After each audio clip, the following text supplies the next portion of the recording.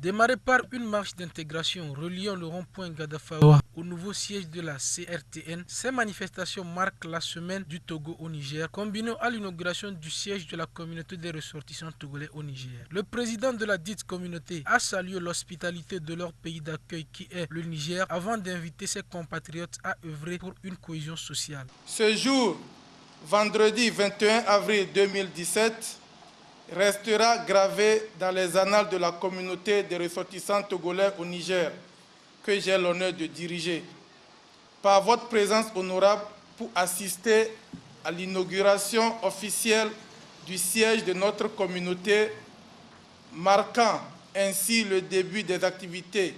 Honorables invités, le monde est devenu aujourd'hui un village et la migration des peuples se fait quotidiennement.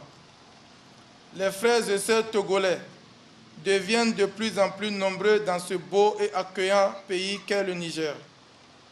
C'est pourquoi, dans le souci d'une meilleure organisation, nous avons décidé de nous doter sur fonds propres de ce cadre devant nous permettre de nous retrouver et surtout nous servir de repère. Ce cadre que nous pouvons aisément appeler Maison du Togo témoigne donc l'aisance, la sérénité et la paix dans lesquelles nous vivons ici au Niger. C'est donc le lieu pour moi de féliciter et de remercier sincèrement toutes les autorités du Niger et en premier son Excellence Issif Mahamadou, président de la République du Niger, chef de l'État, qui ne ménage aucun effort pour renforcer chaque jour que Dieu fait la paix, la quiétude et la cohésion sociale, sans lesquelles aucune couche sociale ne saurait vivre. Mesdames et messieurs, permettez-moi d'avouer qu'aujourd'hui, que les Togolais et les Nigériens sont comme des frères de même père, car la convivialité qui règne entre eux est et restera légendaire. Pour le représentant de l'UEMOA au Niger, cette initiative qui facilite l'intégration des peuples de l'UEMOA est salutaire. Je suis d'autant plus heureux de participer à cette cérémonie que la construction, ou en tout cas l'édification d'une maison du Togo, comme le disait tout à l'heure le président, est une application concrète de notre volonté, de la volonté commune de nos États de promouvoir la libre circulation et le droit d'établissement. Parce qu'on ne peut pas avoir meilleure illustration du droit d'établissement que d'avoir dans un pays, un État membre de l'UEMOA, un siège, une infrastructure, une maison qui peut regrouper l'ensemble des ressortissants du pays. Et je voudrais vous féliciter pour cela. Notons également la présence du représentant du gouvernorat de la région de Niamey.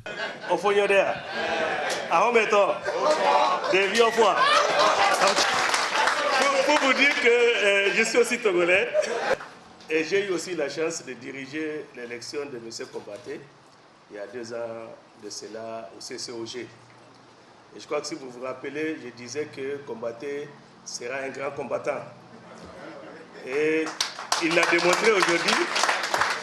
Il l'a démontré aujourd'hui, donc sous sa présidence. Nous sommes aujourd'hui là pour inaugurer la Maison du Togo, une première. En tout cas, que je salue, que le gouvernorat de Niamey salue vraiment.